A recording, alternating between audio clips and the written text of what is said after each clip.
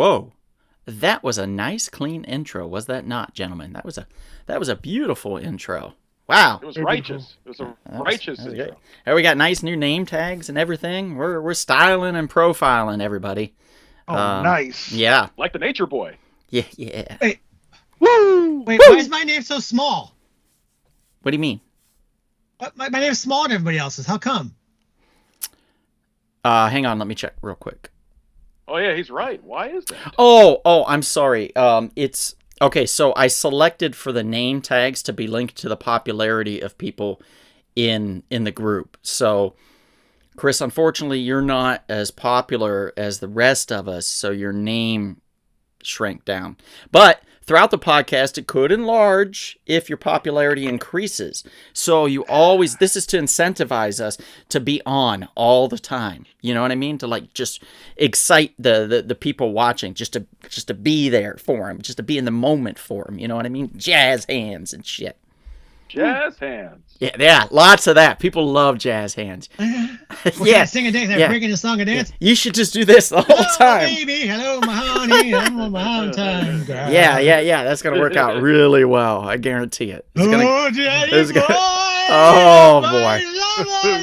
Oh God, kill What me about now. R&B hands? What about R&B hands? What's this? Show us how it's done. That's not R&B, bro. No. Oh. Show us, Kevin, what R&B hands are. I was gonna ask you that, Sal. You're a man. Oh. You're a man who has rhythm Damn. and blues in your soul, sir. Does he? I think it's what is it like this? Like There you go. You're feeling it. or down here. that means you're getting choked. Or Yeah. even better, what are hip hop hands, Big Sal? I don't know, man. I don't know. It is. Yeah. Oh yeah. Is that it? Oh, that's great, guys. You guys are doing amazing. You're doing an amazing job. I'm so impressed. God damn.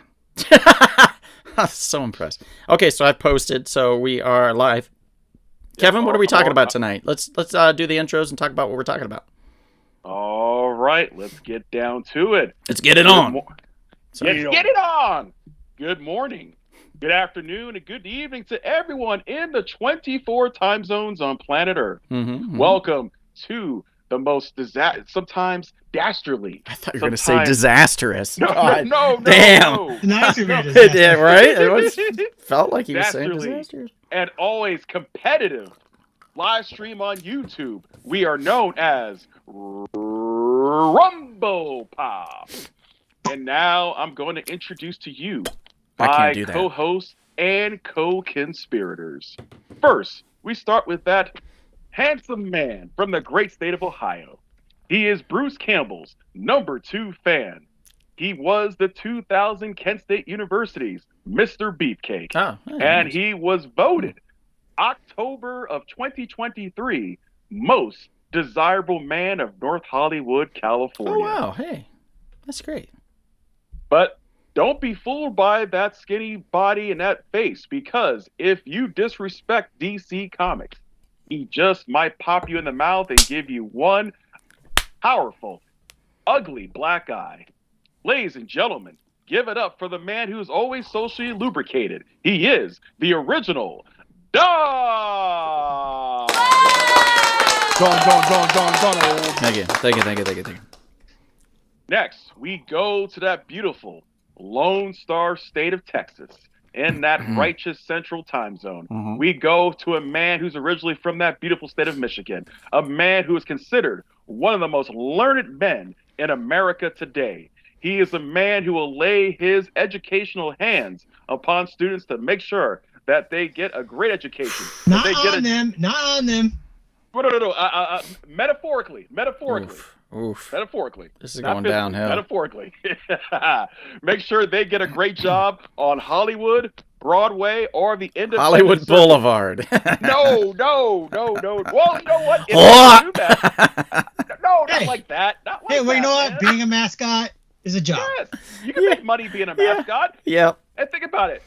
I'm sure that brother Professor Turner has taught people how to be a good mime too. Elmo, no. Hey, No. the characters at Disneyland are called crew members You see? Oh, so good. or whatever they're cast members, I think. Absolutely.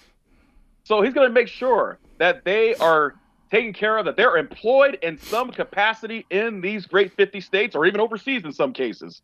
Maybe like in the West End London. You never know. But in any case, this man, he is lovable, always huggable. He is Professor Chris D. Turner. Thank you. And of course, a man we can never, ever forget. He is from the Santa Clarita Valley. He won't let us forget it either. Oh, no. Oh, We've God. tried. He is a man who always turns the other cheek. He is a man that ladies find so desirable that when they look upon his visage, they are ready to pass out in joy. Ladies can't get enough of this man. He has so much love to give, especially through his excellent YouTube channel, Osiris Reed, where he will bring powerful hip-hop lyrics that will touch your soul in ways Touch your soul. touch your soul in ways that are unfathomable. Touch it. Yes. And he will Diddle your soul. It'll I'm diddle. touching today. It'll diddle. Yes, diddle yes. your soul. He will also show you how to be a superb gamer. Ladies and gentlemen, once again, welcome the man who just celebrated his birthday. Yay! His cumpleaños over the weekend. Please give some love to Big Sal Hernandez.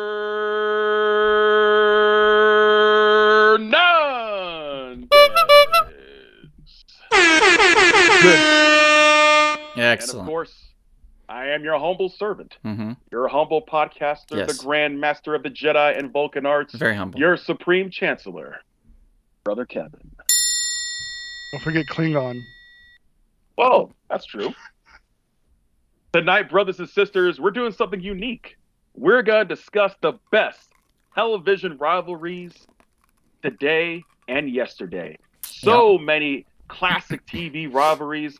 Some of them you know about, some of them you probably don't know about, but you need to know about. Mhm. And that's why Professor Turner especially is going to educate these beautiful masses this evening. Mm-hmm. Yeah. That's true.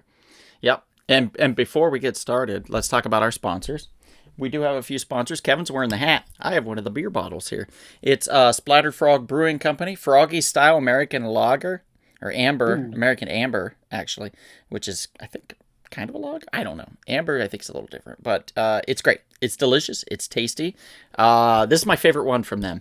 If you get a chance to try it, definitely do so. It's phenomenal. Go to splatteredfrog.com and check them out. Type in the coupon code SHORTBOX for 20% off. Now we're going to talk about really quickly Half's Hot Sauce. Half's Hot Sauce. Oh my God, I have so many hot sauces. Look at this. We have Painapple hot sauce. It's a beautiful hot sauce. We have Killer Pickle. It's a dill pickle, spicy dill pickle hot sauce. And we have one that I cannot have. I'm not allowed to have it anymore. Hot Tropic, not Hot Topic. That's the store. This is Hot Tropic.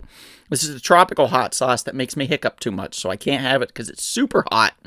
So if you guys like to try hot sauces, I would recommend that one. Otherwise, try the Killer Pickle. It's amazing. Painapple is phenomenal, and so many more available. He has another one called Boring Sauce for Boring People. I highly recommend it. It's very good regular hot sauce, like a Frank's with a kick. So I recommend that also. Go to halfshotsauce.com, type in the coupon code Donald Hiccups for 10% off your order, guys. And these are mine. You can't have them. They're mine. They're mine. All yours. Since we're talking about mine, perhaps we should talk about a little pulling out. Oh.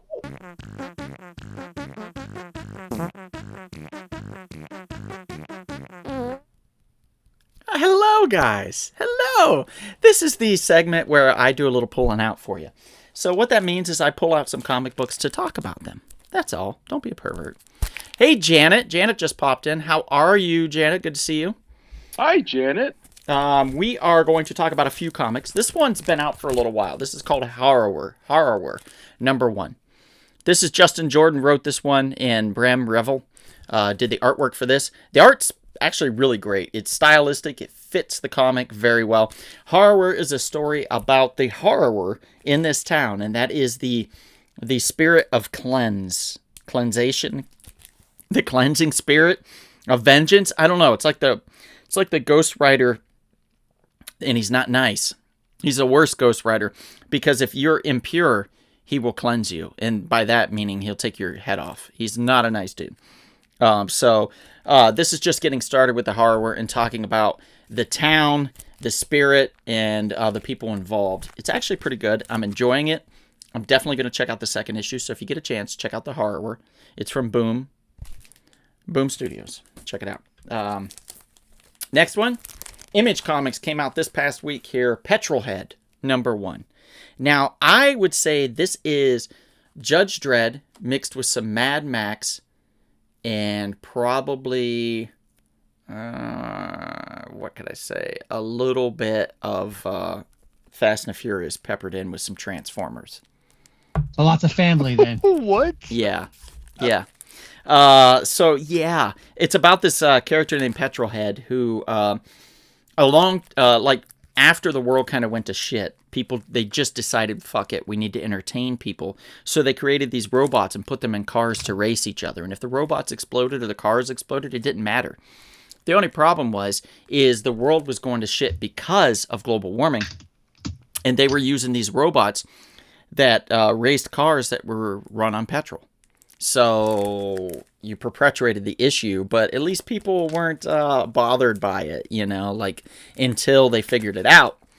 Oh shit, things have gotten worse. These robots suck. We need to do something about this. So these guys pretty much almost extinct. And this girl and her father create a way to save the actual environment. But of course, you have these mega cities that are domed and protected. And what do you not want if you're the guy running the dome? You don't want people to know that they can leave and they can have freedom and they can go anywhere they want if the air is clean. So they are now trying to stop the guy and his daughter from releasing this technology to save the world, which sounds just about right. It's really good. It's a great story so far. Highly recommend it if you get a chance. Petrolhead #1 from Image Comics came out last week. Stranger Things, The Voyage. I expected more. I wanted more from this first issue. What I got was basically you release an alien from Aliens on a ship, and it's a Demogorgon instead. That's exactly, it's like they took the script from an Aliens comic and they replaced it with a Demogorgon. And that's all I get from this. And while I enjoy that kind of stuff, not everybody wants that same stuff all the time. So they're going to have to do something a little different in order for me to get excited about it. So first issue so far, 5 out of 10. Nothing impressive. Last but not least, a couple of weeks, actually months, I would say, that came out, Tear Us Apart from Dark Horse Comics. This is a weird one, but enjoyable. Guy and a girl fall in love. The only thing is the guy and a girl work for a cult, and the cult basically says you have to sacrifice yourself once you hit a certain age or some shit, and you should never love because love is weakness. So in order to not die, the two of them stand up for each other. They get ostracized, kicked out of the cult, and thereby will be hunted by the cult members and killed. So the two of them on their own just love, maybe to save the day. Who knows? Tear Us Apart. It's actually pretty good. I give it probably a 7 out of 10. So recommend it if you get a chance. If you have extra money, pick up Tear Us Apart #1. And that is pretty much it for me pulling out.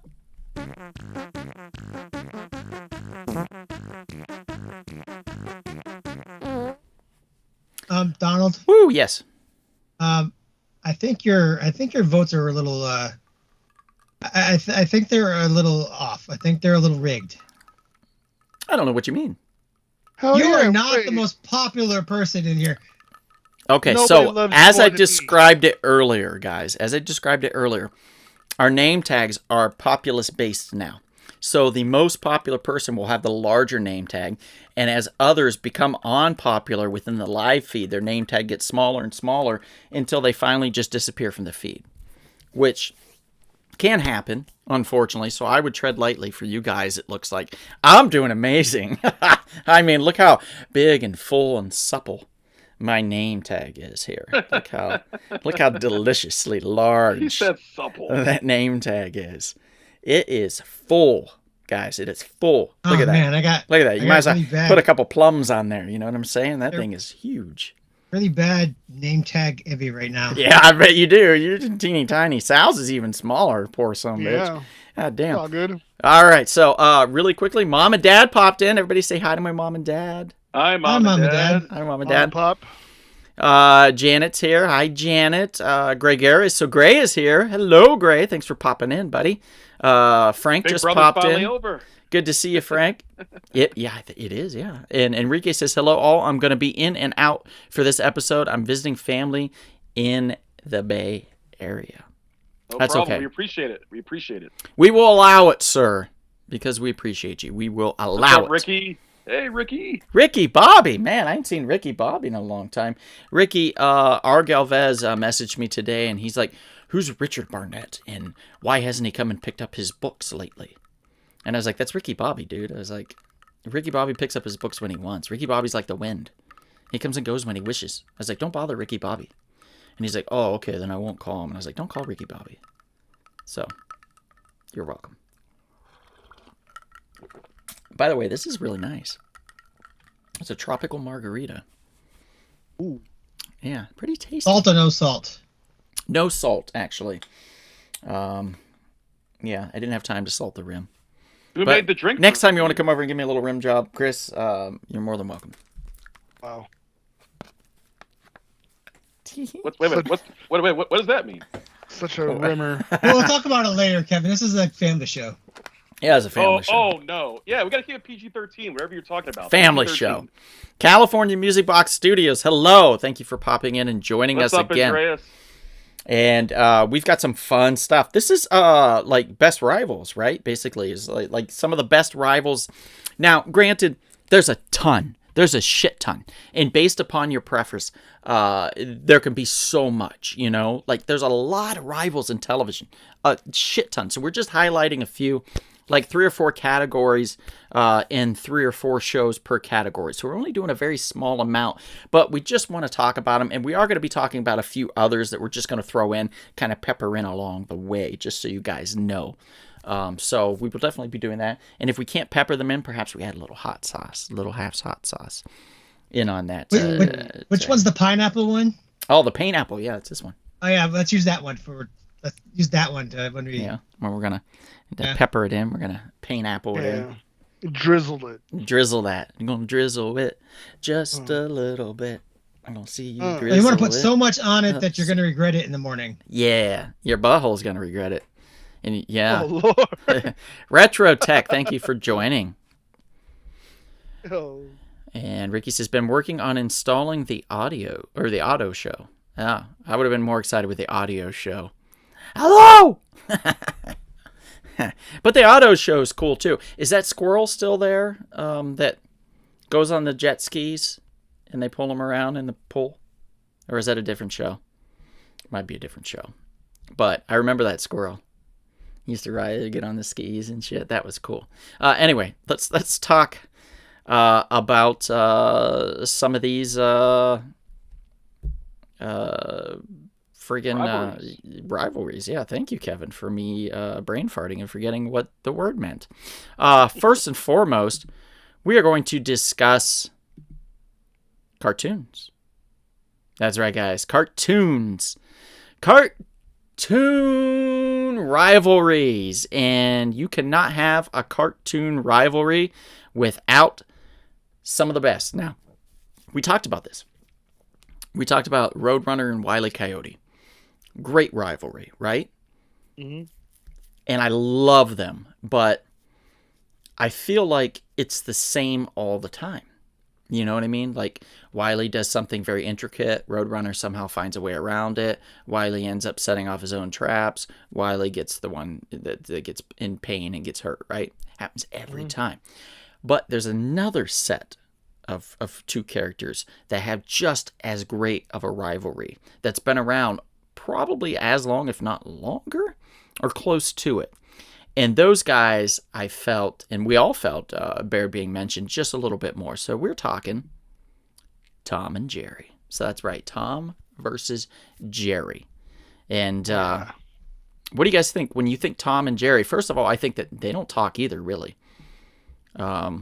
Very rarely. I think they're used to sing occasionally in an episode or two here and there, but they never really talked. Yeah. And much like the Roadrunner, but they always, like, sometimes Jerry would get one over Tom or Tom would get one over Jerry. And, there was a few instances where things, were a little dicey for either one of them, but it was always fun. I always enjoyed watching Tom and Jerry. Absolutely. What I love about it is that no matter how much they go at each other's necks, there was an episode where, Tom had his heart broken and Jerry was there for him. So like they took it into an almost like another level from, like, it just shows that these guys are like more like brothers because they're there for each other. That's true. But they get annoyed from each other, That is true. That is true. And Mom says Bugs and Daffy. Bugs and Daffy was a good one too. But I liked Daffy more than I did Bugs growing up. I always and I liked both versions of Daffy because when it was primarily Bugs versus Daffy, it was sarcastic Daffy. But when Daffy was younger, like in his early days, it was psycho. Wacky Daffy.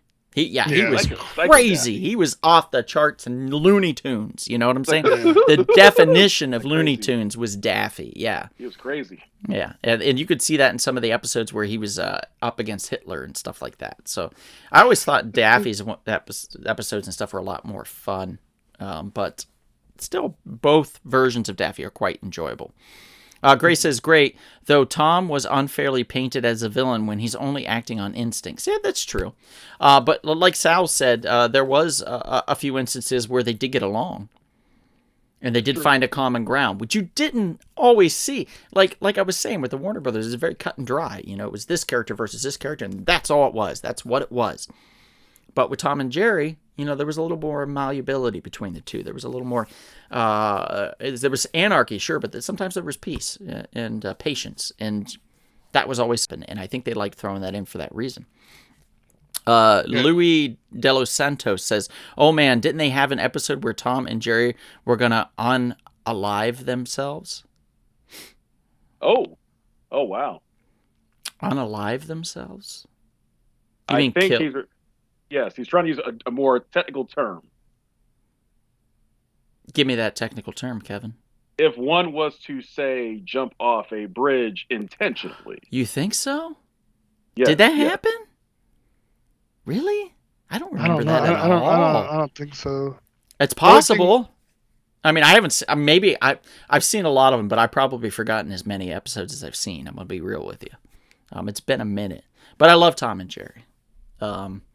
Another group of characters that I think bear mentioning when you're talking about Tom and Jerry is let me bring it up here real quick. It's funny enough, it's from The Simpsons, and it's Itchy and Scratchy. And that is a more hyper-violent version of Tom and Jerry, if I've ever seen one. Yeah, it's like So Tom and gory, Jerry on gory. crack. Yeah. Gory. Tom and Jerry on crack, yeah. Very gory. Very, very gory. Doppelgangers. Yeah. Hey, Chris. Chris Duquesne's in the house. What's up, buddy? And also, Herman the Mouse. I think it was Herman or Melvin. Was it Herman or Melvin? I think it was Herman. There was Herman the Mouse, which was a great character, and he fought with cats and stuff like that. But he was primarily a star, so he wasn't so much an offshoot of Tom and Jerry or anything. He was kind of his own thing, which I appreciated. But Itchy and Scratchy, definitely a Tom and Jerry knockoff, turned up to 11. So if you guys had to choose, though, which would you choose to watch, like Itchy and Scratchy or Tom and Jerry?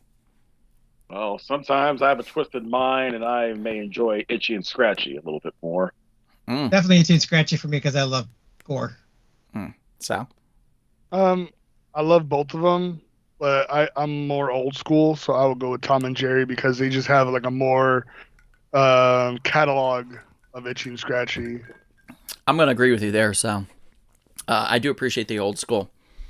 I do like Itchy and Scratchy, don't get me wrong, but I feel like the original did it better. Yeah. So I would go with Tom and Jerry. But anyway, Louis says Blue Cat Blues is the episode, and Tom was sad about a girl, and Jerry was lamenting on his friend's sadness, and joins him in the tracks. Oh shit! That's the one I was talking about. Is that the one? Okay. Yeah. Oh, okay. So you're talking about the Yeah. same episode. We should YouTube it. I bet it's on YouTube, man. Everything's on No, YouTube. it is. Yeah. It's really sad because Tom. He's not. He's just a house cat from an ordinary house. You know what I mean? So like it kind of like represents like real time. Like when a man loves a woman, the man doesn't have a lot, so he does things to like get a ring. Like I think Tom sold one of his kidneys, and he wrote a contract, got a diamond ring. It wasn't a big one. Mm-hmm. It's just and then he presents it to the female cat, and then the cat puts on this like the mask where people are welding metals because of the sparks. She puts this mask on and opens up this box with a huge ring on it from a cat that was in a rich family house. Chris, and she ends up taking the rich cat over Jerry. Jazz hands, Chris. Jazz hands. You're shrinking. What was the name of the dog that was in Tom and Jerry? Your name tag's almost completely gone. The By the way, dog? our name tags are associated with our popularity on the live feed. It must be really cold in here. The less popular you are, the more your name tag shrinks. So unfortunately, sorry, I was doing my job as professor. I was looking up Chris, how many episodes. You're in trouble.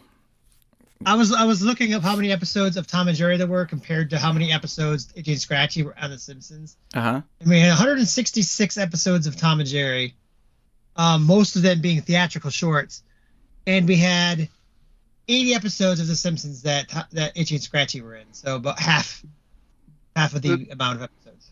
Yeah, but the thing is that Itchy and Scratchy had like what we'll say between 15-20 seconds of airtime, where Tom and Jerry had a full like 15-20 minutes of an episode. True.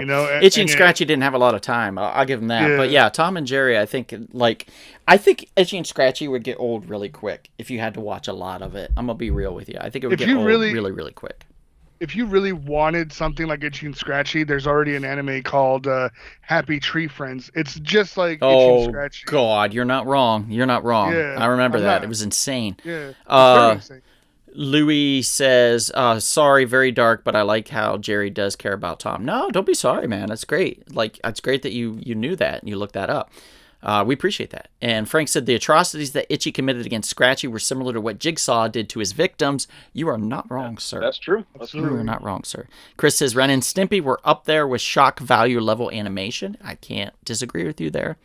I would also throw in Two Stupid Dogs in that category as well. Were Ren and Stimpy like rivals though? I thought they were like best friends. I think they were best friends, but he's talking about shock value, which I get. Okay. Sabrina, hello. She says late to the show. That's okay. We'll allow it. Hello, Dr. Sabrina. Well, just to let you know, we figured out a way to link our name tags to our popularity. So Chris shrank down, and now Chris is, I think, above either Kevin or Sal right now because he dropped some knowledge.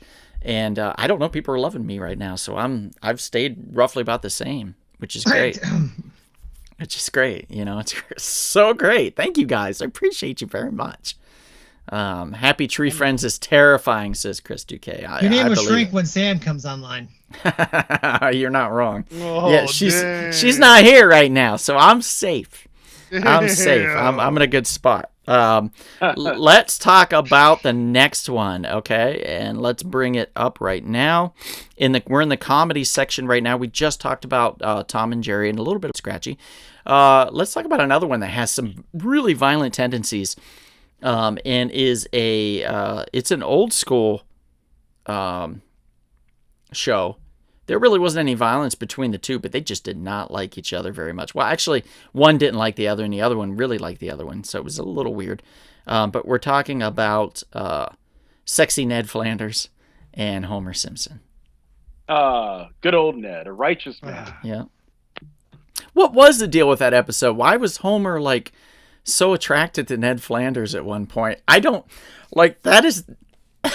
That is the silliest thing ever. I love it. Don't get me wrong, but it's the silliest freaking thing. Like Ned Flanders and sexy Ned, and Homer hated him for it. But Homer hates him anyway, normally, because he's all like, God bless God. And Homer's like, stop it. Your world's gone to shit. Ned's wife at one point in the show passed away, if I recall. Am I correct on this? Yep. And he's had to raise the kids on his own ever since. And Homer still treats him like an asshole. It's like there is zero chill on Homer when it comes to Ned Flanders. There's no sympathy. He's jealous. Zero chill. I don't know if he's jealous. I don't think he's. Maybe he's a little jealous, I guess, in some ways. Like things always kind of seem to work out for Ned, although they really don't in the larger scheme of things. So it's interesting. I think Homer was a bully in high school, and I think he's just kind of repeating that in his 40s. It's possible, yeah. But they definitely didn't get along. I think the sexy Ned Flanders thing is probably one of my favorites when it comes to the rivalry, where he's stupid, sexy Ned Flanders. It always just cracks me up. Did anybody else have an episode with Ned and Homer that they liked? My favorite episode, because Ned Flanders is a man of God, so he tries to be understanding, tries to be very patient. And then we get that episode where he breaks. Oh, he snaps. He's like, oh, what the hell? Like he had enough, and it shows you that he's human. Yeah, exactly. Like, as much as he, wants to be a peaceful and God-loving man, and then like people have their limits, and he reached it finally, and it shows me that like, tag has gone way up, so your popularity in this podcast has risen, sir. So congratulations, man. I'm not like a me. Maybe it's your Bible thumping attitude here that's got you going pretty high. My Bible thumping. Yeah, it's funny because my mom. What's funny is my mom tells me that I need to go to the Lord's house. Yeah. More often, and I told her, like, don't get me wrong, like I'm not very. I don't consider myself like in any religion. For me, I know that there's something. There's an entity, an energy. I believe in something. I have faith in it. But me growing up and knowing that like in history of the humans, how many innocent people have died in the name of of their religion, for their God. You know what I mean? Right. So, I don't ever say like, I don't like getting into conversations about religion as much because deep down I'm a good man. I treat people with respect, and so you don't treat me with respect, and then I just, I throw you to the side, and I move on. Chris, you shouldn't feel so bad. Sal's rambled on, and his popularity has dipped, but the one in most danger is Kevin. Kevin's in a lot of danger. His name tag is almost non-existent right now. So Kevin, wow, you have to do something. You have to do something. All right, to answer your question. Oh my gosh. My favorite episode, my favorite Ned Homer episode is, I don't know if it's really a rivalry episode per se, but I feel like off screen it was a major thing, and it's when Homer takes Ned to Vegas and then gets him super drunk, and then Ned ends up marrying the cocktail waitress. That's like one of those hangover type instances, Yeah. Yeah. I love that. And he should have gotten a tattoo too while he was at it. Or like in Kingpin. But I can just imagine the reaction after the episode. Chris says, Ned, hi-de-ho, Homer, go away, Flanders, Ned, doodly-doo. And Chris says, oh shit, we're talking deep. This is right up my alley. It's totally possible to talk about religion and politics without animosity. You just gotta love the fuck out of each other. Dude, I agree. You can. Yeah. It's those drunken, I love you, man, conversations. Yeah. Yep. Sal sprung back a little bit. Kevin, you're still in trouble. So, I see you. You're like, please leave a like for the YouTube algorithms and for Kevin. That humor got you a little bit of a bump up. So that's great. All right. Congratulations. Next on the animated circuit, we've got a great one. My favorite one. I remember that time a chicken gave me a coupon. Do you guys? We're talking about Peter versus the chicken. Oh, God. When the first time this landed, how fucking, pardon my French, how epic was this whole fight scene? It was so amazing. I could not believe they did it. Like, I was so shocked that him and this chicken were just beating the shit out of each other because he gave him an expired coupon. Yeah. It was the best. He goes in there and he's like, "You son of a bitch." Yeah. And he goes and he's like, chases down the chicken. Dude, that whole fight scene was like a minute long of them like transitioning and causing chaos everywhere. And then like every time they fought, it got more interesting and more brutal. And then they came to the episode where like the wives were like, "Oh, you guys need to make up." And then they're having dinner. And then all of a sudden they're both going at it like the husbands and the wives. There was a big fight. 5 times they fought. Has it been 5 times? Really? 5 times, yes. Season 1, season 4, season 5, season 10, and season 11. Wow. Who's won the most fights? It's a 9-season feud. So how many seasons has it been on? Oh, I don't know. It's been on probably like 15 to 20 seasons, maybe, something like that. It's been on for a while. Probably 15 seasons, somewhere around there. Let's see. So they need to bring that fight back. 22 seasons. There we go. 15 to 20 seasons. 22 seasons. That's a lot. Like Family Guy, if you guys remember, it lasted 1 season and it got canceled. And then like it made its way to the Comedy Network, I think, or whatever that was. Not Cartoon Network. It was Comedy Central. Comedy Central. Yeah, I think it made its way there. And then people loved it. They would watch it all the time. And they were like, oh shit. Fox was like, we made a mistake. And they went back and they started producing more episodes. Amazingly. Like, I think it was one of the first times that a show got uncanceled. I think it was. Yeah, it might have been the first time, to be honest. Frank says, did the monkey in Stewie's closet ever fight with the chicken that hates Peter? I don't think so, but that actually would be pretty good. And Chris says, have you ever done a martial arts movie YouTube show, like comparing the best fight scenes? No. Big Sal keeps trying to get us to do it, but Kevin won't let him. Kevin says no. Kevin says no. That's not true. Kevin says no. Oh, Kevin. Kevin's because popularity is shrinking even more. Oh my God, Kevin, you're almost they're not done. well informed with kung fu movies as I am. Damn, Sal's bragging. I don't Sal know. is a master of Shaolin. Popularity's decreased on Sal for his braggatry. But Chris's whole explanation with the chicken and stuff, that's increased his popularity. So there we go. That's great. Thank you, guys. Yeah, you're doing well. Kevin, you're in trouble. So it was just 3 per, right, Chris? So we're done with the comedy? Okay. Well, cartoons, yeah. Yeah, we're done with we're done with cartoons, and we are now going to pivot over towards I think we were going to do comedy next, right? Yes. Or no? Live Nope, action. that wasn't it. That wasn't it. I remember now. A little more action-packed than comedy. Boom.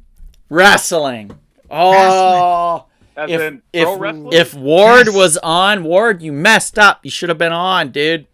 Like, we're talking wrestling rivalries, guys. Wrestling rivalries. How great is this going to be? Loki's the Lost One says, hello from Istanbul. You're in Istanbul? Yep, she's in Turkey.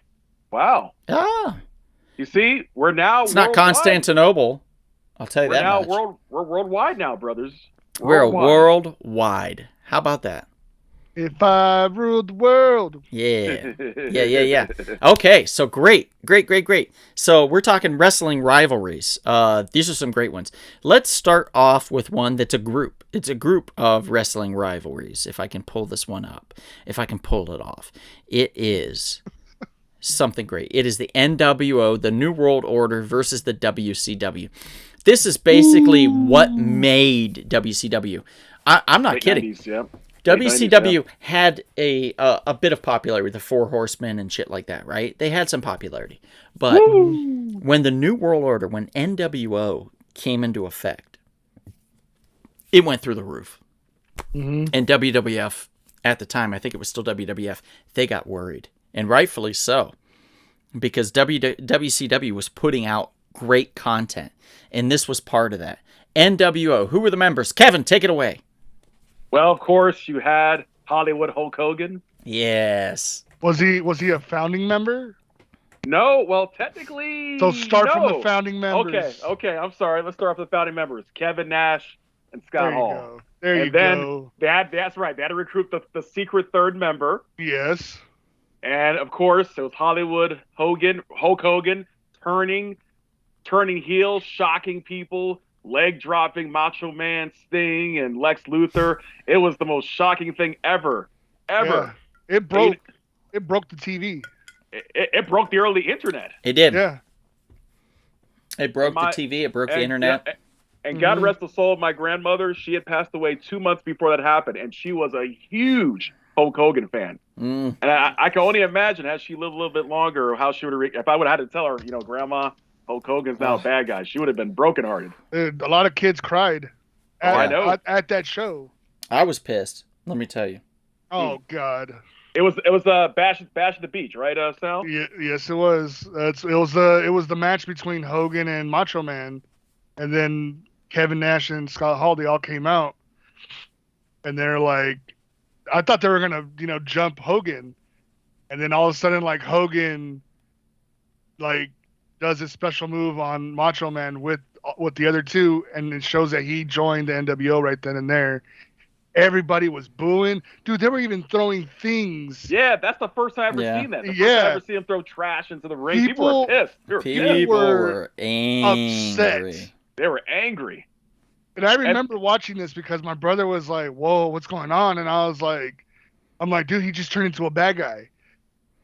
Hollywood Hogan or just, Hulk Hogan was his original stuff, the great American wrestler. Yeah, the red and yellow. He got rid of the red and yellow. And he went from black and white. Spray painted his beard or something like that. Yeah. Yeah. The one that affected me more, though, was when Sting turned heel to join the NWO. Oh, yeah. Did it? Yeah, he did. Yeah. Yeah, but who cares? Are you talking about I was a bigger Wolfpack? Sting fan than I was a Hulk Hogan fan, so. Oh. Yeah, me too. Oh, come on. You guys are pathetic. Look, the Scorpion Deathlock is one of my favorite finishing holds. Oh, my God. The only reason I really like Sting Chris, because he your did popularity is almost completely gone like Kevin now. Kevin, you are almost... Hey, I didn't say he was my favorite wrestler. You guys are almost non-existent. I said I liked him more than Hulk Hogan. Wow. I like how Sting oh, turned you into can't the say it pro. anymore, Chris. You're going to disappear. Chris, you're almost gone. You're almost gone. Your name tag is tiny. People hate you right now. This is a popularity contest. Different house during the time of this thing, I was more into ECW.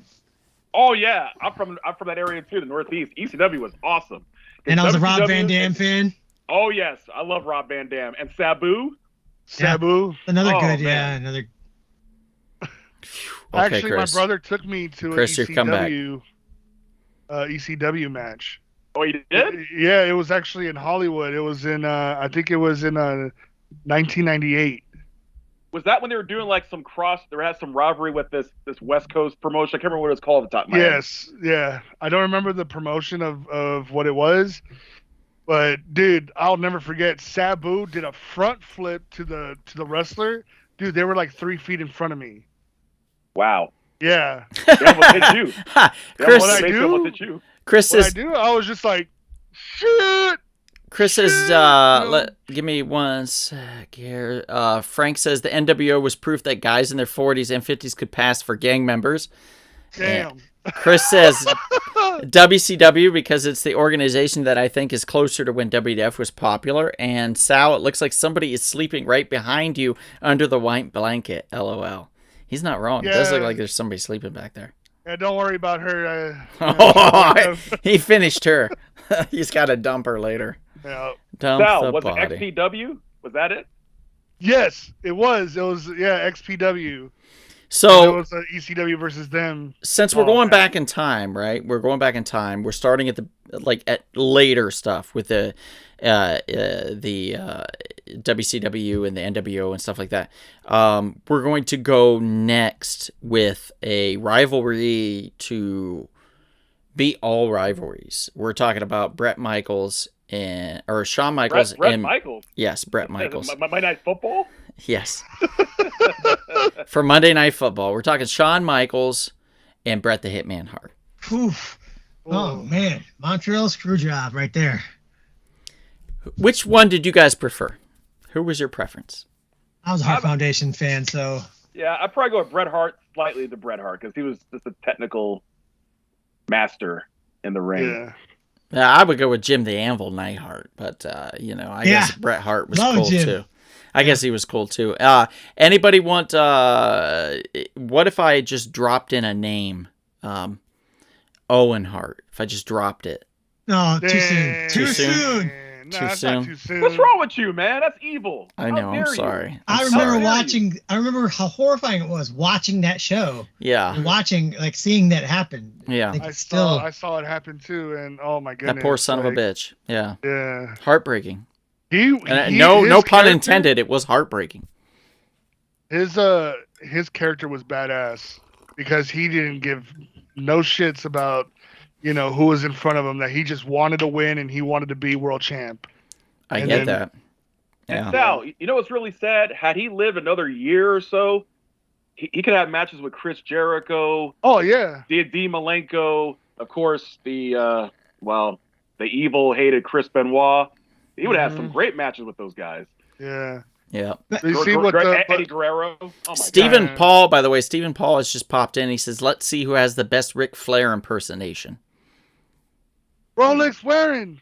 Wheeling and dealing. So Kevin, why don't you go first, and we'll go Liquor Chris. No, let's all go. No, we gotta go clockwise, Kevin. You're first. Let's go. All right, let me see. Stealing, freewheeling, and profiling. Woo! How's that? That's not that good. Chris. Not that good. Woo! Not bad. Sal. Oh god. I spill more liquor on I'm already laughing. I spilled more liquor on my tuxedo than you ever spit on your wives. Wow. All right. You didn't go with the classic woo God. part. That was a classic. Mine is all about the eyes. You gotta go. Woo! Like that. Like he's jazz. You know what I'm saying? He's like, woo! He's into it.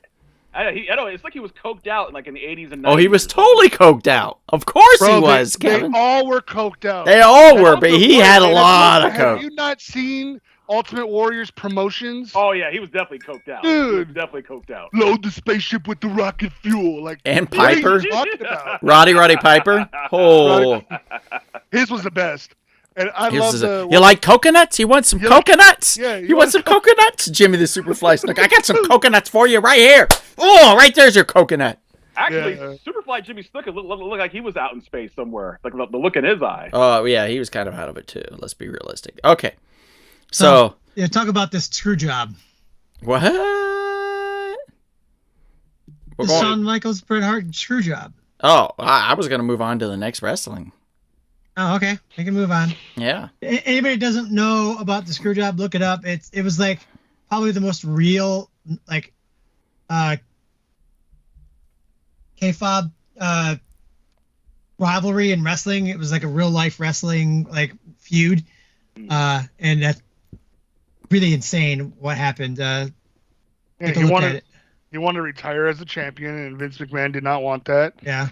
So Yeah, Vince go to McMahon. WCW. He was terrified to take the belt to WCW. Well, yeah, but the thing is that I understand why Vince McMahon did what he had to do because he had to protect his company, Right. and Bret Hart didn't want to play ball. But at the same time, Bret Hart, he gave an amazing performance in all of his wrestling. It just sucks the way they did him at that time in front of everybody. It shouldn't have not went that way. It's In his interesting. own country. In his own country. He's lasted longer. He lasted longer than most wrestlers. Let's be realistic. Bret Hart wrestled past his prime. Ric Flair wrestled past his prime. A lot of them. Terry Funk, even when he was, what was that? Terry Funk. Oh Chainsaw Charlie, you know, when he was Chainsaw Charlie, he was done. Terry Funk. If you watch Beyond the Mat, which is the original documentary that was on in theaters, if you watch that, they highlight Terry Funk. And that poor guy, like, his knees, his joints were shot. And he wrestled for probably 10, 12 more years after that. Oh, yeah. Like, he retired, and then at the end of the documentary, they're like, oh, yeah, he's back. He decided to come back. And then it was like 10 more years. It was insane. Mm-hmm. Wrestlers don't know when to quit. That's the problem, because they get addicted to the lifestyle. They also don't get retirement. Except The Rock. Well, he pivoted. That's the difference. Those guys live a little longer. I think Hogan lived a little longer because he pivoted. Cena's pivoted, yeah. But next, speaking of Hogan, boom, Hulk Hogan versus Andre the Giant. That's a rivalry right there. That's a rivalry. What was that, WrestleMania 3 or 4? It was 3. It was 3. Well, they did go out in 4 too as well, but 3 is the one you're thinking of. Yeah, that was the big one. That was the one where he picked him up, right? Where he body slammed him? That's right. Yeah. But here's the funny thing about it. Body slammed Andre the Giant. He wasn't the first person to do that, though. It's just at the time not many people knew about it. Other people actually did body slam Andre the Giant before then. Mm-hmm. Of course. But they had to fit it into the narrative. And a narrative of the story. He's the man that couldn't be defeated. He couldn't be picked up. He couldn't be body slammed. And Hogan did it, you know. And people that watch wrestling, no offense, but a lot of people that watch wrestling, their attention span is not so large. Sure. At least because my attention span was not. I was young, you know, as a kid. So I was into it, man. Like, I was like, you know, I loved Hogan. I had the workout kit with the little hand squeezy things and the barbells, and I had the jump rope and the chart on the wall that we taped up. I had the cassette tape that I popped in and would listen to. All right, Hulkamaniacs, little Hulkamaniacs, it's time for you to get fit. And I'd be like, Commandments? And I'd be like, yeah, Dad, I'm gonna do this. I got my wristbands on and my sweatband. This is Hulkamania. Dude, I had it. I was set. Yeah. You follow the 3 commandments. Yeah. What was it? My said my prayers, took my vitamins, and did your training. Yep. Kicked some ass or whatever it was. Yeah. Obviously, you weren't doing it right because look at you. Hey, boom! What? Look at that! Look at that gun! Oh shit! Don't let me press it. It'll go off. How many shirts did you tear, Donald, when you were a kid? How many shirts you tore? I tried to tear a few. It did not work for me, sadly. But he does tried. Not have the strength. I still don't. I'm still trying to tear my shirts. Do you remember the promo of Andre the Giant talking to Hogan before the match? Oh yeah, that was Hogan. The cross. You're finished. I'm gonna put my hands around your neck. I'm gonna drop you. Mm-hmm. You're finished. You're done. And then he walks away. And what was his name? Gene Okerlund. Gene, yeah. And he's like, wait. He's gone. So no, but the Piper's Pit segment where Andre turned, that was powerful.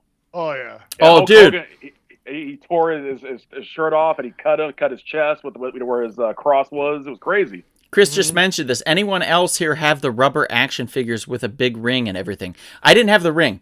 I couldn't afford that when I was a kid. But I had the action figures. I had Roddy Piper. I had what was it? What was his name? Jim not Big John Studd. Hacksaw Jim it was something Jim. Hillbilly Jim. Hillbilly Jim. Hot Rod Roddy Piper. I had Hulk Hogan. I had, I want to say I had the Junkyard Dog, but I'm not 100% on that. I had the Russian Nikolai Volkov. I remember that. And I may have had the Iron Sheik. But yeah, I remember those. Those are big rubber figures that you could throw in the ring and bounce, and they would fight They were just rubber, like action figures, and they had metal pieces inside of them, and occasionally where their wrists would slit and the metal would come out, and you'd have to either push it back in and glue it or tape it around it. But yeah, I remember those very vividly, Chris. Very vividly. They were great. I love those figures. Yeah, I didn't get any toys when I was a kid because I didn't watch wrestling until middle school. But then after I got really into it, I went back and watched all the old stuff. But I was too old to have toys by the time I really got into it. But if I probably would have gotten all of them. I had a billion Ninja Turtle toys. So Mothers have toys. You're not old enough. You could have got one. So wrestling. So we just finished wrestling. Wrestling's done, by the way, guys. We're going to move on to a bit of fun, I think. We're going to go to something to make us something to make us laugh, I would say. And we're talking comedies, guys. Comedies. Everybody like comedies? Uh-oh. Boom! Comedies, mother effers. That's right. Comedies. Now, some of the great rivalries and comedies. We all know there's a ton of rivalries and comedies. But I would be remiss if I did not mention, like, some of these epic ones. And that would be, we're talking Jerry Seinfeld versus Newman. Oh, God. Seinfeld hated Newman. I don't think Newman was that bad. I hated Newman. He was Kramer's friend. Does anybody remember Kramer? Yes. I mean, he got canceled, but everybody remembers him, though? Of course. Michael Richardson, I believe is his name. This is Kramer right here. Michael Richards. Was it Richards or Richardson? It was Richards. Richards? Okay, Michael Richards. That's Kramer. And then he went on this tirade and got canceled immediately and hasn't bounced back since. And that's been probably 15 years. He was at the Improv, right? No, where was he?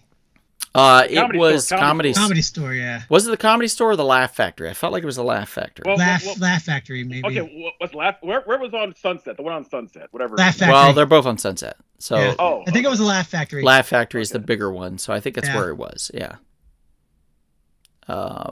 Let's see. Mom says, yep. So she confers that I had these figures for sure. Frank says the episode where Newman played Risk with Kramer was epic. They always had fun. My favorite Newman episode is one where they drive to Michigan in the mail truck full of soda cans. Yes. To get the deposit, the 10-cent deposit. So stupid. My favorite Newman one is where I think it was Elaine that got the fat-free yogurt place shut down. Oh. And he flips out in front of Jerry and Elaine. Yeah. Who cares if it wasn't? It said it was. Yeah, because it wasn't. It wasn't fat-free. So she got him shut down because they were lying. Yeah. And Newman was so mad because he just wanted to hear it was fat-free. Yeah. Yeah, that was actually a really great episode. That was funny, dude. Yeah, I'm glad you brought that one up. Yeah, that one was one of my favorite ones because he was so mad. Okay, so go back and watch the first episode of Seinfeld, the pilot. It is hard to get through. I'm going to be realistic with you. It is hard to get through. I tried to watch it and I'm like, no, man, I'm not into this. I felt like probably after like the second, third season, it started to really hit its stride and was like boom, boom, boom, boom. But that pilot and the first few episodes were a little rough, to be honest, for me anyway.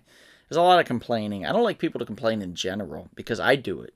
So why do I want to hear it if I'm the one doing it, you know? Like, why? Yeah. I'm the complainer. Why do I want to hear somebody complain to me? It just doesn't make sense to me. But yeah. Doesn't every episode start with a complaint by Seinfeld? What's the deal with this? Yeah. What is it with whatever? I don't know. Yeah. Yep. Exactly. But it's carried him. It's carried him through. Coffee and whatever it is. Coffee and Cars or something like that. Comedians and Cars with Coffee or whatever. Yeah. Whatever that is. It's done well for him. Comedians and Coffee. David Letterman's kind of spun off with that idea a little bit, you know. So it's smart. He's a smart comedian. He's done well for himself, and he will never, ever have to work another day in his life if he doesn't wish, because Seinfeld just keeps selling. The checks keep coming. Yep, the checks keep coming. I think that was the first sitcom where that stars made $1 million an episode. Isn't that insane? And then Friends like followed it right up. You know, right up. And speaking of following it right up, we're going to talk about another comedy. Came out probably, I would say, before Seinfeld. And correct me if I'm wrong on this one, but we're talking Love and Marriage. Love and Marriage. Ooh, Married with Children. We're talking about, it's Marcy versus Darcy. Marcy Darcy versus Al Bundy. Yep. Polk High. 4 touchdowns a single game. I still have my Polk High shirt, by the way. I still have my Polk High shirt. I love it. I wear it as much as I can. And some people get it. Usually the more old school people get it. But if you can go back and watch episodes of Married with Children, one of my favorite ones is where they go to the cabin. They go to the cabin for like a retreat, but all of the women sync their cycles at the same time. And the men are like, what do? We need to go outside and live outside with the bears. And it's just so stupid, but also hilarious and not something you would see now. Like, they would not put that episode out now. In fact, most of Married with Children, they would not put those episodes out. Oh, the Twitter mob would take it down. Right. And you have Al versus his wife, Peg. You have Al versus, the neighbors, the husbands. For the, first couple seasons, we had Steve Rhodes, if I'm correct, yeah? Yep, Steve Rhodes. Yep. Steve Rhodes was like the husband or boyfriend, and then he disappeared. And then Jefferson came on, and I felt like, okay, so the guy from Revenge of the Nerds that plays Jefferson, he's fantastic. Like, he made me forget all about Steve Rhodes, to be honest. Like, it's about Ted McGinley. Right, yeah, thank you, Ted McGinley. So if you get, like, it's not very often that you get a replacement actor to come in and step in, and then he does better. Like, you like him more. But he did it. Like, his character Jefferson is hilarious, and I love it on so many levels. And in fact, they did an episode with Steve Rhodes, where his character, where Steve tried to come back, and Jefferson was like, "What the fuck? Like, no." Like, and Al got involved and everything, and it was a great episode. There's a lot. No, ma'am. I mean, the toilet, man. He put a bathroom in the garage, if I recall. Like, there's just so many. All the shoe store episodes where the ladies are like, it won't fit. And he's like, well, that's because your foot's too fat, and shit like that. It's insane.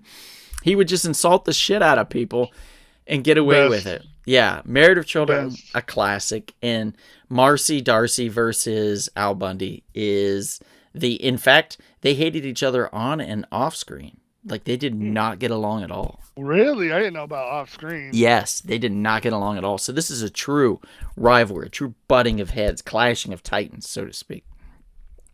Let's see what people say. Let's see. California Music Box says everyone likes fun. Frank says during a nasty off-screen spat, there we go, Ed O'Neill actually told Amanda Bears, you're expendable on this show. I'm not. Ooh. Ouch. Damn. Ouch. That's a hell of a spat. I mean, I'm just, he's not wrong because Al Bundy was the star of that show. Stephen Paul says Kevin's too cool for headphones. He's got earbuds. And then, what was really funny about Al Bundy, too, was that, he's, like, tired of his kids. But then if, Kelly would bring in a boyfriend and he would walk, dude. Throw him right out the front door, right? I'm sorry, the door's right here. And he slams him on the wall one more time before throwing him out. Dude, that was the shit. That is something I will do if I ever have a daughter and she brings a boy to the house. I will definitely do a fucking Ed O'Neill special on him. Agreed. Interesting tidbit of trivia here for the show. Mm-hmm. The show had 3 failed spin-offs. No shit. The first one was there was an episode that worked as a backdoor pilot with Matt LeBlanc. He was a character, and so then they went and did a spin-off with his character and his dad basically living together called Top of the Heap. I remember that. It got a first season run and then got canceled after 6 episodes. And then they actually did a spin-off. They tried doing another spin-off of that spin-off where Matt LeBlanc's character was living in an apartment with 3 other people called enemies, and it was kind of after Friends. And it was, sorry, no, it wasn't Matt LeBlanc. It was but it was a spin-off. It was the same world as that one. Okay. And then there was one where it was supposed to be like Bud's college, where like the college where Bud went, but he wasn't going to be the lead in the play or in it. But they never saw the light of day. The last two never saw the light of day. Why would you do that? I mean, it's a good Well, it's idea to probably not spin good. stuff off like that. Like, sometimes spin-offs work, and sometimes they get different worlded. And that happens. But, like, sometimes they work really well. And we get, like, what was it? Jag was a spin-off of some other show, or Jag spun off of some, I don't know. Somebody knows in the chat. The just say. NCIS is a spin-off of thought- Jag, I think. I thought something like that. Yeah, like NCIS or something like that spun off of something, but I don't want to like misrepresent. So, in fact, we'll move on to the comedies. We've talked about Seinfeld. We talked about Married with Children. Now we have to talk about one of the greatest rivalries in the history of comedies, and that is Jim and Dwight. We're talking The Office. It's a great one. I remember when he put Dwight's stapler in a key lime Jello mold with like pieces of fruit in it or something. All right, real quick. Everyone's favorite. Everyone name your favorite prank. Okay. Mine is where he put all of Dwight's shit in the vending machine, and Dwight had to pay to get it all out. That's my favorite. That's Me my too. favorite. I like that one. Michael. Yeah, that's the best. What about you, Chris? What about you?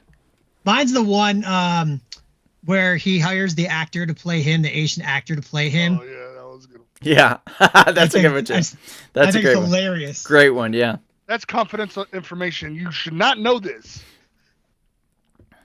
Dwight is what? Looking at the picture, oh my god, that shit was. Oh my god, I was in tears. Sal, what's your favorite one? My favorite one is the Red Wire, The Red Wire. and it's so he buys 500 yards of red wire, Mm-hmm. and he plugs it into Dwight's fucking computer. Dwight's like, what is this? What is this wire? He's like, it's a wire connected to your computer. He goes, but you don't have one. He's like, oh, well, you look at that. I'm busy. Leave me alone. And he unplugs it, and he's like following the tape. Yeah, doesn't he like tear apart the office? Yeah, and like then- the hole through the wall and shit. Dude, Yeah. Epic. He ended up outside climbing an electric pole of the wire going onto one of the boxes. I was dying. Like if the wire was leading outside of the office, I would have been like, I'm done. I'm gonna throw the wire down. You know what I mean? Mhm, yeah. But this man went all the way up there. And it was killing me. Mm-hmm. Yeah. That's a great one. I love that. I love Jim and Dwight's animosity that they had towards each other. It was fantastic. In fact, it's a great rivalry. It's one for the ages. We have a few comments here. David Lewis, thank you for joining, says Golden Girls is greater than Empty Nest. Or I think what he's saying is Golden Girls and then the spinoff is Empty Nest. Yes. David Lewis says Family Matters, Fresh Prince. I don't know about that one. Family Matters and then the spinoff is Fresh Prince. I don't know that one. That one I don't know. California Music Box says Al wanted to tap it. Yeah, I don't know about that. Yeah, I think he wanted to contain it. And Frank says, my favorite prank was the cell phone placed above the ceiling tile. The phone kept ringing and nobody in the office knew where it was. Yeah, I like that one too. Perfect Strangers. I think it's the other way around. I think Family Matters is a spin off of Perfect Strangers. I think that's what it was. Yeah, I think you might be right, Kevin. Which is great. It's great. I love Perfect Strangers too. Balky Bartokomous. Yeah. And Chris What's your says favorite episode, Kevin? the one where he trains Dwight to have the a same as the Donald. That's a Pavlovian good one. response. Yeah. Okay. Chris Duque says the one where he trains Dwight to have a Pavlovian response. That one, I remember that one too. Great episode. So the comedies have been fantastic, pure fire. Last but not least, we are going to go into the realm of dramas. Scary, guys. Everybody scared? I'm never scared. I'm going to need my nails. So David Lewis says Perfect Strangers, best show of the 80s? I don't know if it's the best show, but it's great. Like, I liked a lot of them, a lot of that stuff I thought was pretty fantastic. So we're going to go to dramas. Let's get right to it. Let's ninja kick the hell out of this. We're going to Cobra Kai. I mean, come on. Oh, You Rivalry, have 40 years in the making. right 40 years in the making. Johnny and Daniel, and we have the Karate Kid films. We had Karate Kid 1, 2, 3. Then we had the next Karate Kid. And then we had Cobra Kai come out, and it's amazing. It's like so good. Well, actually, before that, we had they had the Jackie Chan and Not the same universe. Will Smith's son or something. Yeah, not Jaden the same Smith. universe. Jaden Not the Smith, same universe. which was it was also pretty good though. Let's be realistic. Like I didn't hate pretty it. good. It was pretty good. It was pretty solid. They just didn't do anything after with it, which I thought was a big mistake. They never followed it Yeah. through. You always got to follow through. Wax on, and then you got to wax off. Am I right, Kevin? Am I right? That's right. Kevin knows. That's right. That's Yep, right. exactly. Your waxer. So, what is it that like the cockiness of Johnny and the arrogance of Daniel, I think is what clashes so well. Like Johnny is so Stubbornness, cocky it's stubborn. and Daniel is so arrogant And stubborn. or stubborn. Yeah, I guess you can confuse arrogance with stubbornness, sure. But like it just works on so many levels. Cobra Kai is one of the best, if not the best Netflix series they have, period. And they bought it off YouTube for a song. Like a song. Literally, somebody went in there, hello, my baby, hello, my honey, hello, my right, and they purchased it. Well, Donald, as last week's show proved, it wasn't the best Netflix show, but yes, Well, it that's was true. top 5. That's true. Yeah, that's true. That's true, but it's still great. I mean, I'm pretty sure that the creators of Cobra Kai, signed a contract to get some pay of residuals instead of them buying it off. You know what I mean? Yeah, I'm sure. I they think did that's those I think that's a smarter move to get residuals from Mhm. a show that people are that's on Netflix and that people are still watching it. Well, the problem is that there weren't a lot of contracts with residuals for streaming, and that was part of the problems why all these strikes were happening, because it was Right. hard to do residuals for streaming products. because they hide because it's proprietary information. They're not going to tell you Yeah. what the real numbers are. Right. Oh, for right. sure. Well, Yeah. You're not wrong because they don't want to do that. They don't want to give.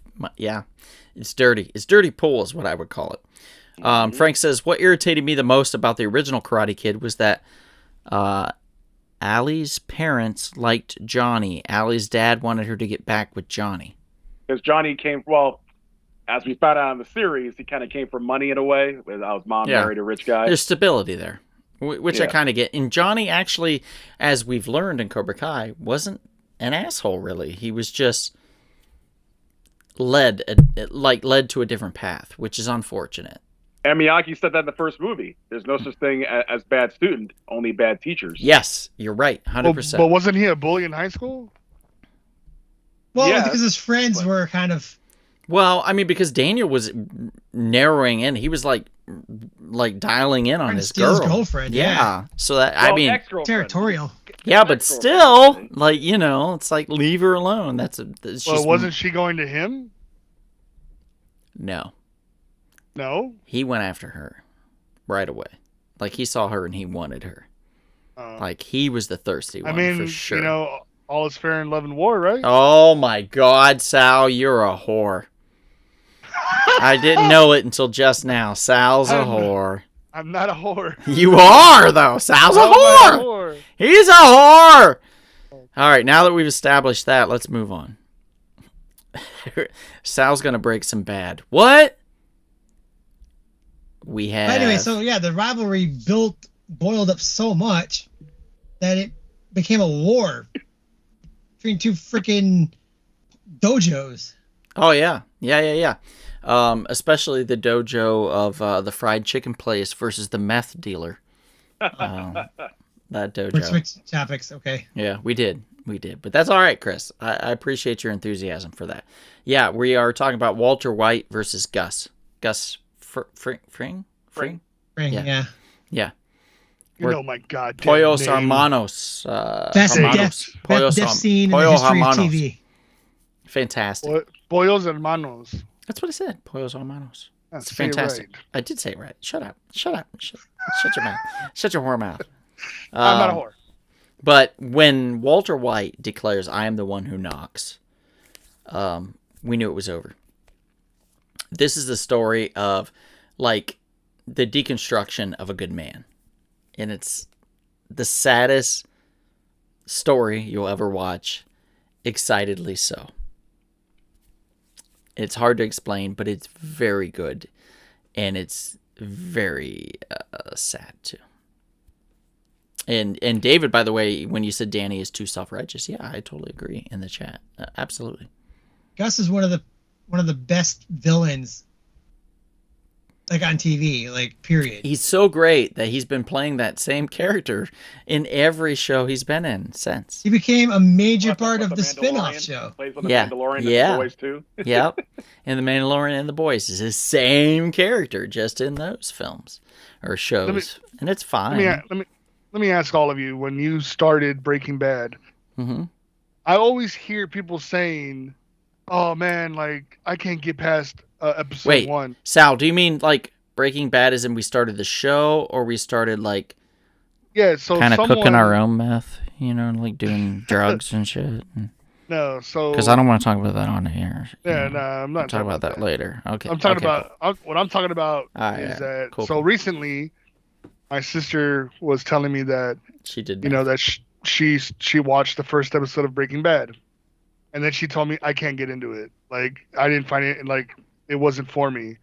And I asked her, what wasn't for you? Like I need specifics. Were the characters not good? The story, like what was it?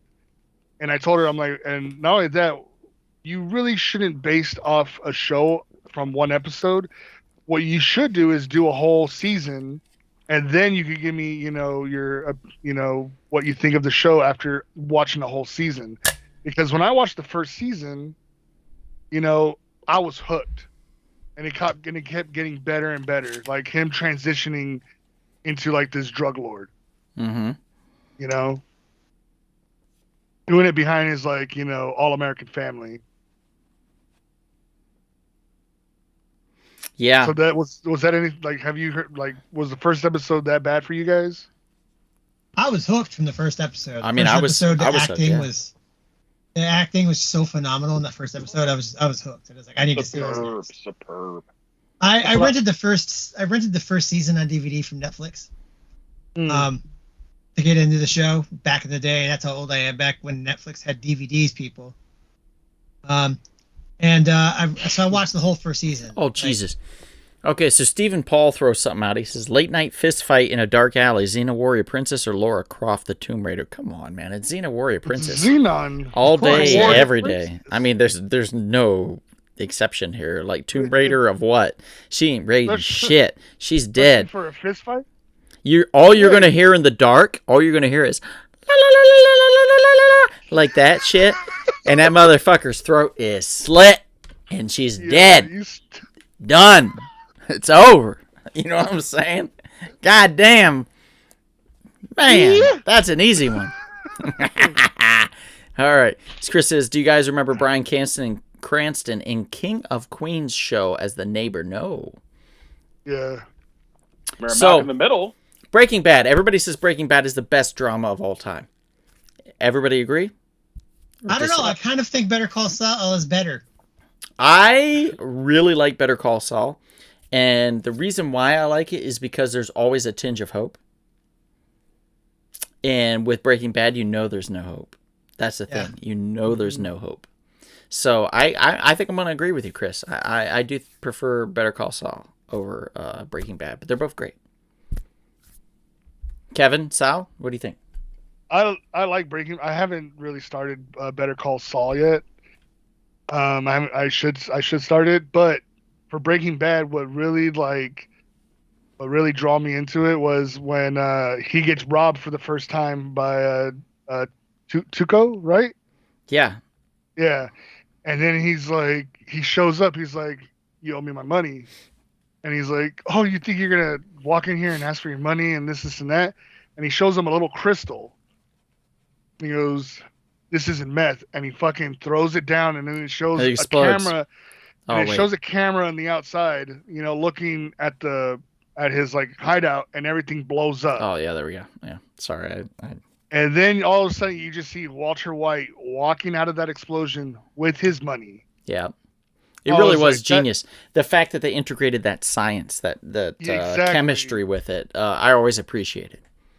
And Aaron Paul's character is fantastic. Let's not. I would be remiss to not mention him as well. Yeah, but what really like made that scene perfect is that this man, Walter White, he wasn't even Walter White yet, and he's in there, trying to be intimidating, but it wasn't working until he did his, the science stuff with the crystal. You know what I mean? I agree. Yeah, absolutely, 100% agree. It's a great show where the science is there. The humor is sparse, but it's still there. Except for the Bumblebee episode. The drama. Who was the brother-in-law? Frank? Was it Frank? Hank. Thank you. It's Hank. Hank, I thought was fantastic. Guy that played Hank, I loved his character, and I loved him trying to figure shit out. And when he finally did, it was a little too late. But great character nonetheless. Let's move on really quickly. Last but not least, The Walking Dead. We've got Negan versus Rick Grimes. How many times? Lucille is the name of his bat. Am I correct? It's Lucille? Yes. Which is also the name of B.B. King's guitar. That's true. Interestingly enough. It is. They're both instruments. One is an instrument of love, and the other is an instrument of death, apparently. Yes. Because with Lucille, he beat the shit out of people. Glenn bashed his brains out. Like, in, out, whatever you want to say. Beat the total shit out of him. It was terrible. Terrible beating that he got put through. Now, I'm going to throw this out there, particularly people in the chat. Who do you think was a better villain? Do you think it was Negan versus Rick Grimes, or the Governor versus Rick Grimes? And no, not that Governor, guys. No. That's not. We're talking. Are you talking okay, movie? Or are you talking the TV show or the comic? I want to throw that out there. I want to say the Governor from the TV show, or the Governor from the comics. So you have three choices. You have Negan, you have the Governor from television, and you have the Governor from the comics. I'll go with the Governor from the comics. Personally, I agree with Kevin, because of the fact that he made sure to rape Michonne. That was a big thing. He absolutely wanted to take advantage of her sexually, and it was terrible. And in the comic book, it was awful. But also, he liked to sit in front of a bunch of screens full of severed heads of people that he'd killed over time, and occasionally he could hear them talk. So he was nuts. And as Kevin said, he took Rick's hand. I think it was the left hand. I want to say took his left hand and just chopped it off. Negan didn't do any of that. Of course, he he literally killed people. He freaking killed people. And the Governor didn't technically do that. But I feel in the larger scheme of things, what the Governor was doing, he was creating a war world for zombies. He was having humans fight zombies that were chained up, and was creating this battle royale type of scenario. Plus with the rape and the limb chopping and the degradation of characters, I always felt that the Governor was terrible, was worse in the comics than Negan. And in fact, now we're getting this renaissance of Negan where he's been kind of like seen almost as a hero. And I find that interesting, that dichotomy between these characters. They steal the Battle Royale with zombies thing in Daryl Dixon season 1. Yeah. They really did. They did do that with Daryl. Daryl's been put through a lot. And Daryl has his own show too, if I recall. He has season 1. That's the show I'm talking about. Just ended It just ended not too long ago, right? Yeah. Yeah, and I think we're getting a season 2. I don't know. We are, definitely are. 100%. We? Okay. Yep. All right.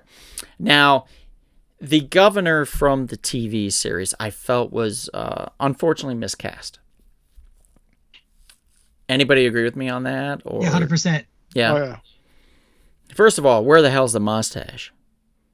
Like, Yeah, I always... comic books, he looks a little bit like Danny Trejo, just a slight resemblance. I'm going to be honest, like, when I was younger, I always associated and I'm sorry, Dad, but I always associated guys with mustaches as assholes. And it had nothing to do with my father. It was just, I always thought like even in the comic books, I didn't like characters with facial hair. Tony Stark, I didn't like. Hercules, I didn't like. I didn't like anybody that wasn't clean cut. It was the weirdest Hulk thing. Hogan had a mustache. You loved him. It's true, but it was blonde. Kevin Sorbo wow. was. I know! Sorbo It's didn't weird! have a It's mustache. weird. I get it. It's weird. But that's just the way my mind was. Like when I was younger, I didn't like dark-haired, mustached people. Has nothing to do with my father, I promise, because he had a mustache and a beard and everything. What about Doc Holliday, huh? That was a little later, so that doesn't really count. I was cool by then. I think. Okay. I don't know. What about Kevin? I don't know. What about Kevin? Pretty sure Gargamel did too, Scorch. Kevin has a mustache. Frank says, so- I like the humor that Hank brought to Breaking Bad. The villain in Strawberry Shortcake had a long, curly mustache. Did he? Because I felt like Gargamel was only with the Smurfs. No, that's what I'm saying. But didn't Gargamel have a mustache too? Mm-mm. I don't think so. I think he was clean shaven. Oh, Yeah, clean shaven. But you had Duke Dastardly in Muttley. oh, that's right. Yeah. Yeah, you always saw that. You know what I mean? Even Hitler. Let's be realistic. That son of a bitch had a mustache. It wasn't much, but it was a mustache. Little piece of shit. But it was a Stalin. mustache. That's true. Stalin. Yeah, all these assholes had mustaches. So you kind of associated with it through time, with being an asshole. But yeah, so Rick Grimes, Negan, it is a great rivalry for sure. And it took a while, especially in the show. Goddamn, it took way too long. Let me be realistic here. It took way too long to develop that. Boris from Bullwinkle had a mustache. There you go. Jesus. Yeah, I think he did. I think you're right. I think he did. Yeah, the Russian. Boris and Natasha. Yeah. So that's it. That's our dramas. That's our comedies. That's our wrestling. That's our animation. We've kind of run the gamut on these guys. So, geez, thank you so much for being a part of this. Did I miss anything, Chris? Oh, I think you're good. I think I'm good. All right. Excellent. Well, we want to thank you all for being a part of this live show. Thanks to Sal for being a special guest, of course. Thanks to Half's Hot Sauce for being a promoter and a sponsor of our show. Thanks to Splattered Frog for the same reasons, for being a promoter and a sponsor of our show. And thanks to you, the audience, for being a part of this. We really appreciate you guys, and your activity in the chats is always appreciated. And feel free to reach out to us. We have plenty of platform opportunities. We have Spotify, Spreaker, iHeartRadio, Apple Podcasts, Amazon, you name it, we're on it. And if you can't find us, reach out to us and we will get on that platform for you because we love you and we want you to feel taken care of. So thank you for tuning in. This has been a beautiful episode. And if you are feeling thirsty, perhaps you should